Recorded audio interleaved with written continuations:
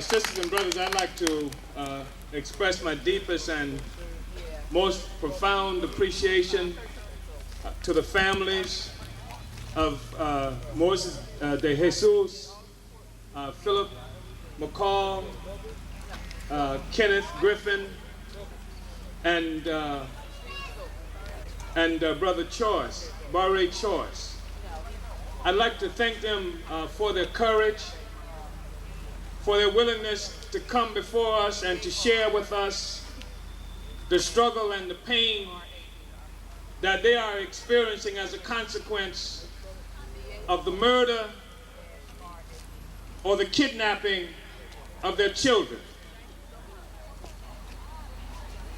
I would like to say that although we come here talking about justice for the African community, the reality is that there is no tradition in this country of justice and democracy for our people. I think that we need to keep that in mind, and we need to understand that even the birth of this country and the social system in this country that's referred to as capitalism, even the birth of this system came at the expense of the rights and the freedom of our people. You know, sometimes it's necessary for us to look around ourselves and see the conditions that we live in. Look at our communities. Look at the fact that African people in this country are dying early deaths, sometimes of curable disease. Look at the fact that the prisons are being stuffed with African people. We have to ask ourselves, how is it that we find ourselves in the situation that we are confronted with? Some people want to point to the Republican Party or some other recent phenomenon as being responsible for our conditions. But the reality is, there has never been a time since we have been in this country where we have known freedom and democracy, that in fact we came here as part of a process that took our freedom and democracy away from us. How is it that wherever you look in the world, the vast majority of the people in the world are poor? The vast majority of the people in the world are suffering from violence, from ignorance, from poverty. There are many places in this world where people just like us have to walk miles most of the day just to get wood that they use to cook food. Why is it like that? That only a handful of people in the world today live like kings and queens? Why is it that we live in a country with perhaps 6% of the world's population, but 80% of the world's resources are located here? These are important questions, because when we begin to look at it, we come to understand what happened to Philip McCall. Because although the McCall family feels this pain in a serious way, and although the fact that Kenneth Griffin died in another place here in Philadelphia, and it looks like these are just random acts of violence, random acts of brutality that's happening, the reality is that it happened to them precisely because they are black people, precisely because they are living as a colonized people right here in Philadelphia. The reality is that African people, the Puerto Rican people, the vast majority of the peoples of the world suffer poverty and oppression as a part of a process that gave rise to the richest country in the world. That it was the enslavement of African people that gave rise to what people know as capitalism today. Was no such thing as capitalism before black people were enslaved. The reality is that when we met white people, they were poor. They were chased out of Europe by disease and poverty. They had nothing. That is exactly why they left Europe, because they were poor and starving. They went to Africa, ripped off Africa, stole, we don't know how much gold and other resources from Africa. I know 500 years ago, 1400, the Portuguese had stolen 700 tons of gold from Africa.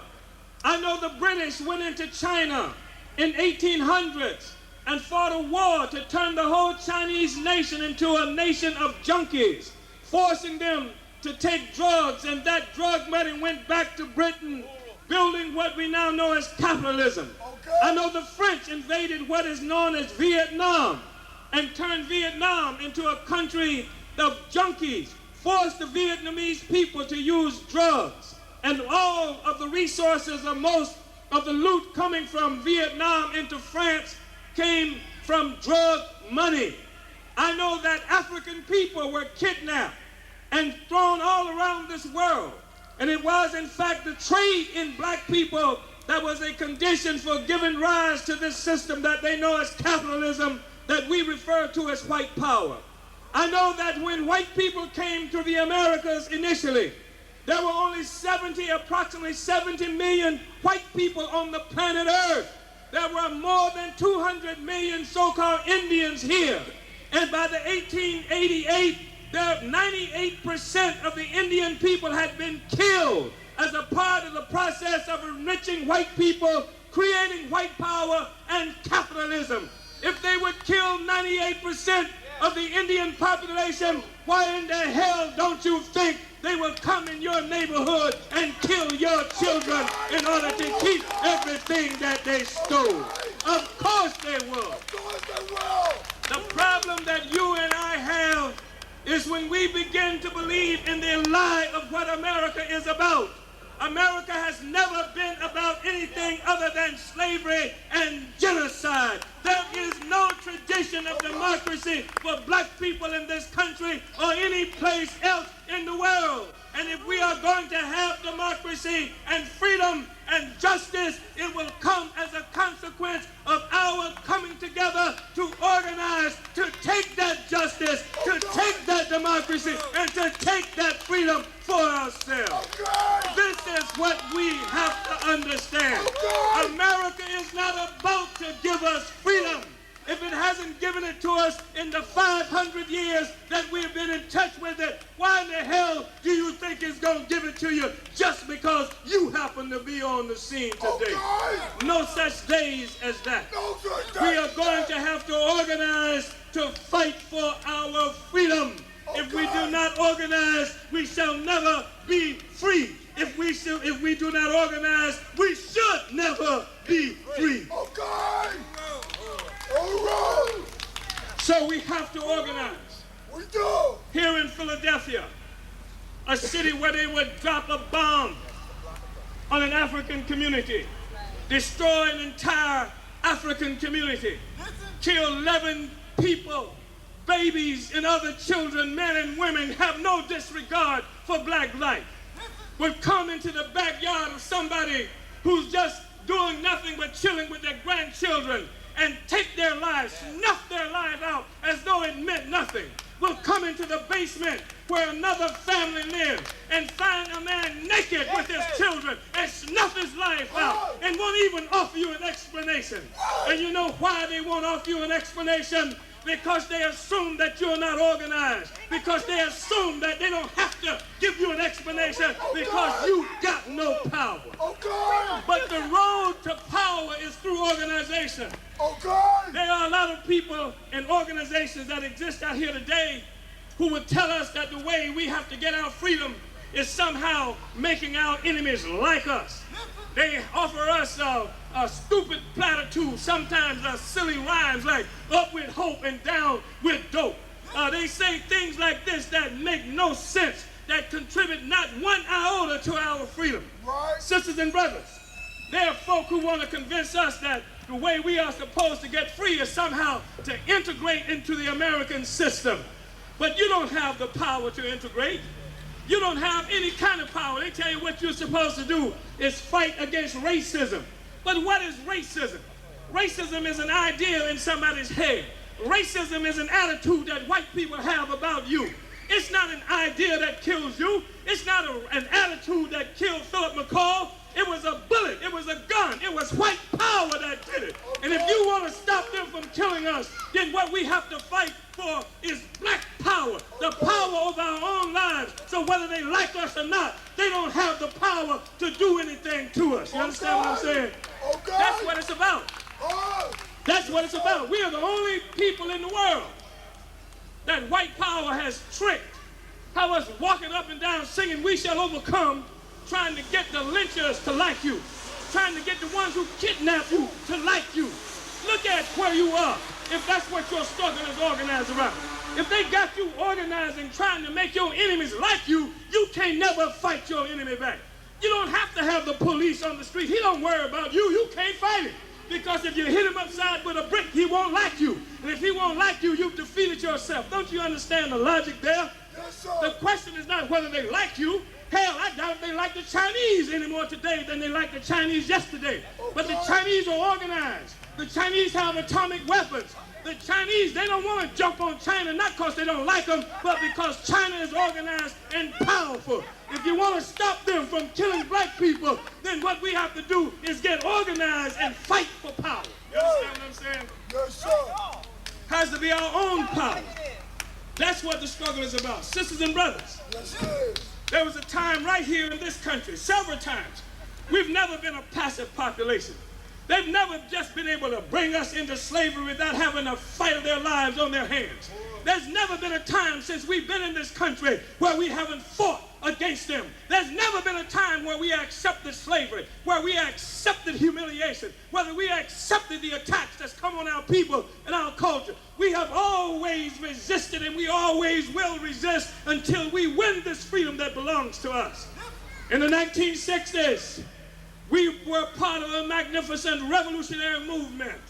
Some people today try to pretend that the revolution didn't happen. But a revolution happened in this country as serious as any revolution that's ever happened any place in the world. It was a revolution that was defeated. A lot of folk try to act like it didn't happen. You even got an old Negro in this city. He's at one of the universities who was around in the 60s. His name is Bobby Seale. I think he sells cookbooks today. But there was a time when he was a member of the Black Panther Party. And when he was a member of the Black Panther Party, he was a member of an organization that stood in the center of the revolution in this country and one of the revolutionary movements of the world. Now Bobby Seale wants to act like the revolution didn't happen. There were a lot of people running around who were trying to make you believe that the 60s was an accident. It was just a time when white people in San Francisco and Haight and Ashbury were running up and down the streets chanting, "Make love, not war." They want to act like it was just some youthful thing that was happening with black people here. But I want to tell you that in the 60s, revolution was the main trend in the world. Revolution was happening everywhere in the world. And what am I talking about? I'm talking about poor people in China. I'm talking about poor people in Vietnam. I'm talking about poor people in Cuba and other parts of Latin America who had decided that they wouldn't live as slaves anymore. And people had begun to organize to fight for their own power. Revolution was the main trend. Revolution was happening. The cultural revolution was happening in China. The great Cuban revolution had happened in '59. The revolution was trying to happen in places like Nicaragua and all over the world, and revolution was happening right here in this country as well. And our revolutionary movement was defeated in the 60s. But I'll tell you, there's nothing like a revolutionary movement. How do you know when a revolutionary period is upon you? The key factor, the key feature of a revolutionary period is the masses of ordinary people are drawn into political life. All the masses of people are drawn into political life. You see, every now and then, you see movements happening where people are professionals, going to this demonstration and that demonstration. In fact, that's all they do. If you go to a demonstration in New York, you run into the same people in the demonstration in Philadelphia and the same people in Houston, Texas. But you know that you are approaching a revolutionary situation where you see ordinary masses of people coming into political life. People who